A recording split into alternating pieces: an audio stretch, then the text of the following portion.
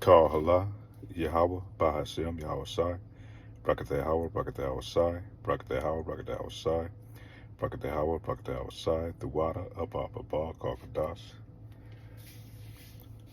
I'd like to give double honors to the elders and apostles of Great Millstone that teach this truth, the 100% truth according to the Bible. Let's do a World War III report, reporting on things that's going on in this time, man. That's leading to the final battle, man, the final war, the War of Armageddon, which is going to be World War III, the third woe that's going to fall upon the earth. And we are definitely in that time. We already had the first woe, which was World War One. Then the second woe, which was World War II. But the Bible predicts or prophecy that there's going to be a third woe. And that third woe, with woe meaning destruction, a great destruction, is going to be the Battle of Armageddon, when the Lord is going to force all these forces together over there in the Valley of Jehoshaphat, which is over there in the so-called Middle East, but it's actually Western Asia. But they do all these, change the names of things, of land masses and the people, to hide who they are and where they're from.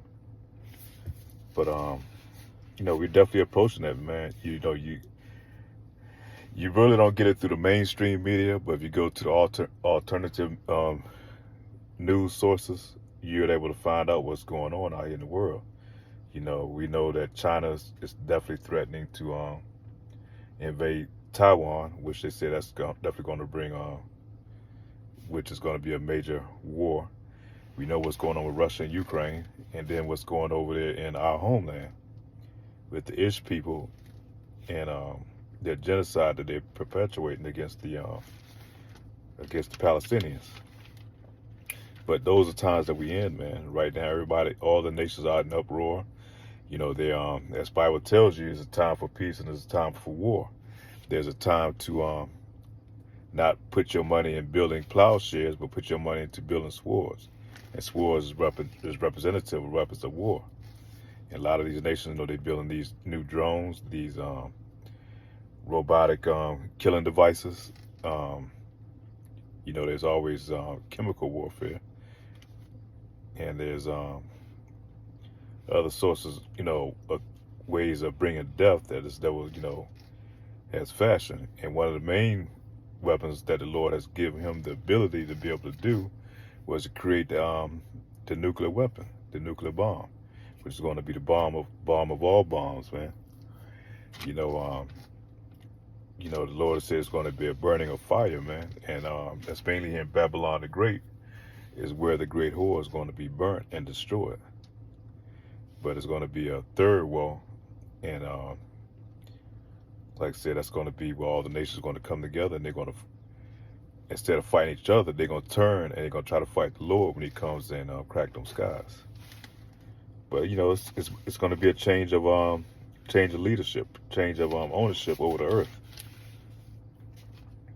Anytime there's a change of power, man, there's always a great battle that ensues, beforehand.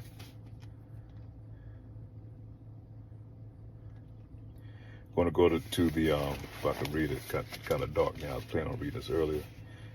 But it's they really didn't put a lesson together, but I wanted to go through these precepts of Amos. Amos chapter 8, verse 11. Behold, the days come, saith Yahweh, that I will send a famine in the land, not a famine of bread, nor a thirst of water, for the hearing of the word of the Lord. And right now, they're steady passing legislation, in our governments, where they're trying to ban the Bible. I think Canada is one of the main places. Here in Babylon the Great, and a lot of these other places, man, they're trying to ban the Bible, this word, from going out, because this word condemns them, and this truth is going out. It's condemning all the wickedness that they're doing. So it's getting to that point, man, that when the Lord silences the word of the prophets, then we know we definitely at the precipice of of our new beginning. Because then, once the word going out, that means that the elect, the remnant that the Lord is calling upon, that means that they're being sealed. So there's no more reason to continue to put the word out there. It's like Noah in the ark, when he was steady building the ark, he gave people time to get it together, but they waited to the last minute. Once the angels sealed the doors of the ark, then the flooding began. Same way it's going to be here, man. Once the Lord sealed the mouths of the prophets and his word is not going out, get ready for that rough ride, man, because it's going to get real bleak out here. And they shall wander from sea to sea, and from north even to the east. They shall run to and fro to seek the word of the Lord, Yahweh, and shall not find it. So right now, it's easy accessible. You go on YouTube, you go in any of your major cities, man, you can see the prophets of the Lord, man, out there prophesying to our people to repent, and that way they can be salvaged, man, be saved in these last days. But when all hell start to break loose, and it's not just going to be a famine of word, but it's going to be a famine of food, famine of it's going to be wickedness, going to be all abound, man. It's going to be mass murder out here, man. That's going to be a time of Jacob's trouble. And the prophets of the Lord, man, people going to be looking for them, trying to find out what's going on, and they're not going to be able to find these prophets. So we'll go to Amos chapter 9, verse 2. Though they dig into hell, then shall my hand take them. Though they climb up to the heavens, thence will I bring them down. And though they hide themselves in the top of Carmel, I will search and take them out of thence. And though they be hid from my sight in the bottom of the sea, thence will I command the serpent, and he shall bite them. And the serpent that the Lord is talking about Leviathan, which has been hidden away for these many years, man, to the day of the Lord's reckoning, man. To the day the Lord is going to come and bring justice upon the earth. And so all these elites, man, are going to try to hide, and think they're going to escape judgment.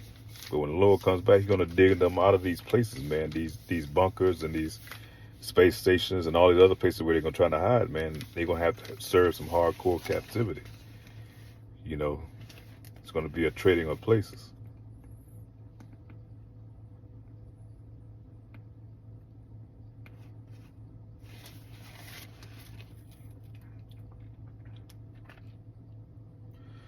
So we'll go to still in chapter 9, verse 12.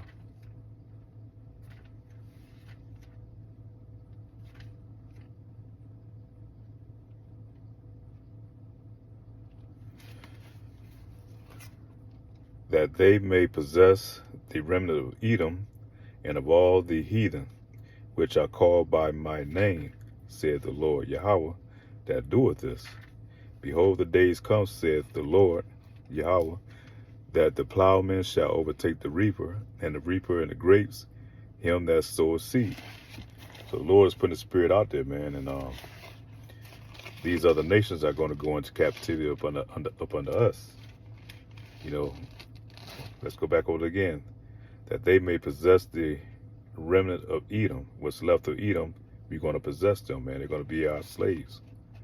They're going to work to build our kingdom and clean up all this work, all this damage that they've done to the earth, man. And of all the heathen which are called by my name, said the Lord that doeth this. So all these heathen nations, man, they're going to pay tributary to us, man. They're going to be a subjection to us. Right now, we're at the bottom, Esau, Edom has totally oppressed our people.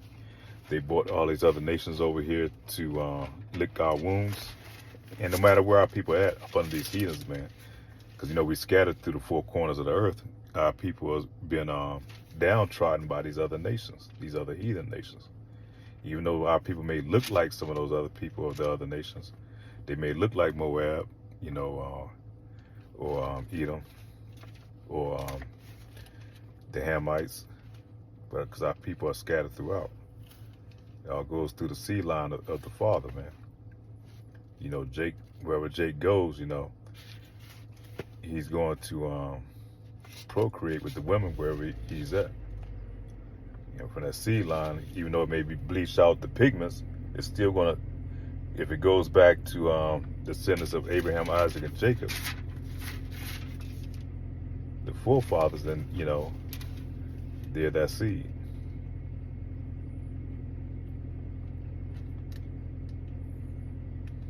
That's pretty much it, man. I just want to kind of hit that in the book of Amos. And, yeah, we're in those times, man. And these prophecies about to unfold, you know, anytime soon. You see how things are heading, you know, with the third woe, with Jacob's trouble, you know, with Trump being not being convicted. You know, that's really stirring the pot. You know, these Edomites really hating that. So they see some type of conspiracy that's going on. But really, at the end of the day, man, it's all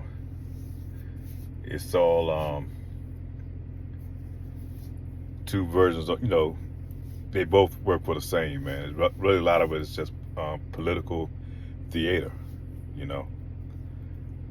Joe Biden and President Trump, man. Both of them are still wicked as hell. No matter who gets in there, you know, it's not going to stop these prophecies from happening. You know, all the devil's going to be who he is, and the Lord has had to come down and do what he promised to do. At the end of the day, man, that's what we look forward to. Being able to endure these hardships that we're about to go into. So that being said, man, all praise to Yahweh Shem Yahweh Shai. I pray this lesson was edifying. Shalom.